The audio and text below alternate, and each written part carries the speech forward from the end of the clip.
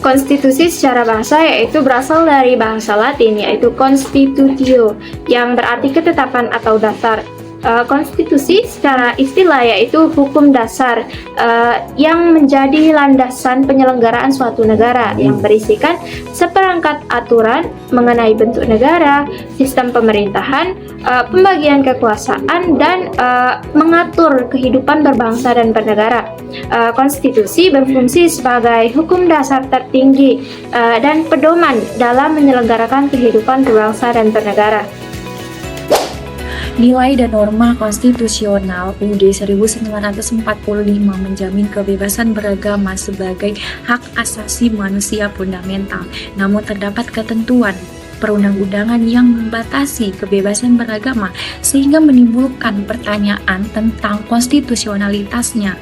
Oleh karena itu, perlu dilakukan analisis dalam memastikan ketentuan-ketentuan tersebut sesuai dengan prinsip dasar konstitusi dan tidak melanggar hak asasi manusia.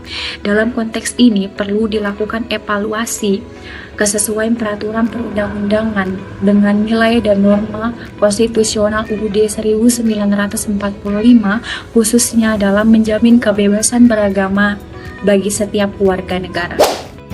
Apa sih peran nilai dan norma konstitusional dalam menentukan arah pembangunan hukum di Indonesia?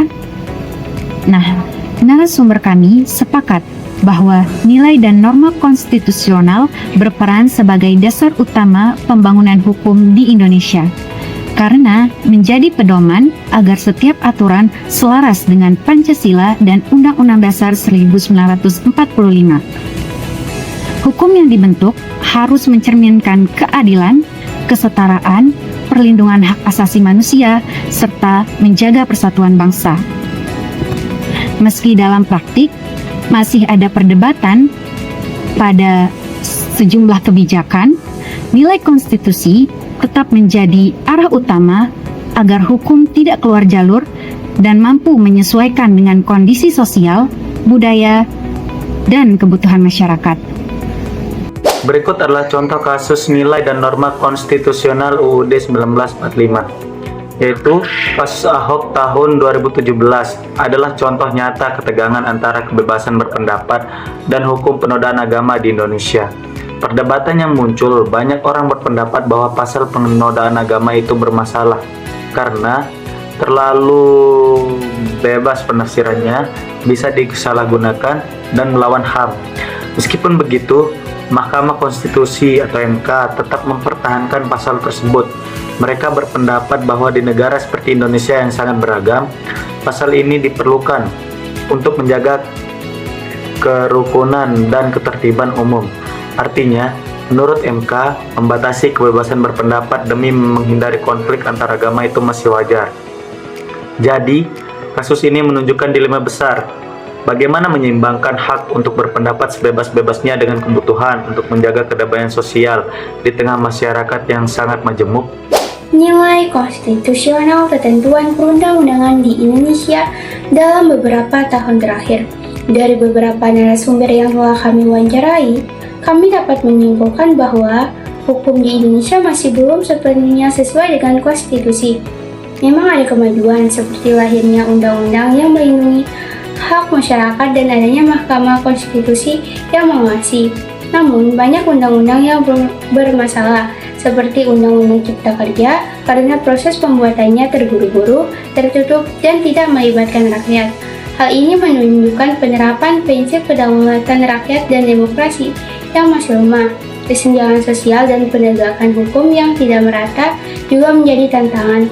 Karena itu, pengawasan terus-menerus sangat diperlukan untuk memastikan semua peraturan yang mencerminkan semangat konstitusi. Berdasarkan beragam pendapat, ada 3 cara utama untuk meningkatkan kesadaran masyarakat tentang nilai-nilai konstitusional.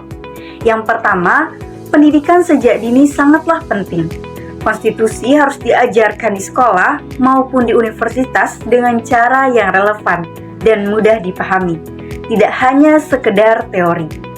Yang kedua, sosialisasi dan kampanye publik harus terus digencarkan melalui berbagai media, termasuk platform kreatif media sosial, serta diskusi dan seminar di komunitas.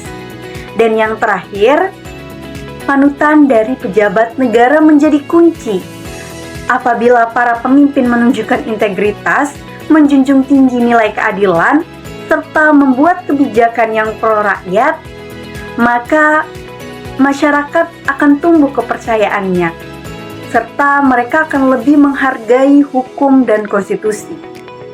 Dengan menggabungkan ketiga pendekatan ini, maka masyarakat akan lebih sadar akan hukum dan konstitusi ini. Dari berbagai jawaban dari narasumber di samping, kami menarik kesimpulan bahwa nilai dan norma konstitusi punya peran penting dalam dasar pembuatan hukum di Indonesia. Akan tetapi, masih ditemukan peraturan yang menimbulkan kontroversi dan dianggap tidak sejalan dengan konstitusi dan perlu diperbaiki. Supaya hukum benar-benar sejalan dengan konstitusi dan dapat dirasakan manfaatnya, maka diperlukan peran masyarakat lewat pendidikan dan sosialisasi yang lebih dekat dengan kehidupan sehari-hari. Dengan demikian, Indonesia dapat memperkuat sistem demokrasi dan hukum berdasarkan pada konstitusi.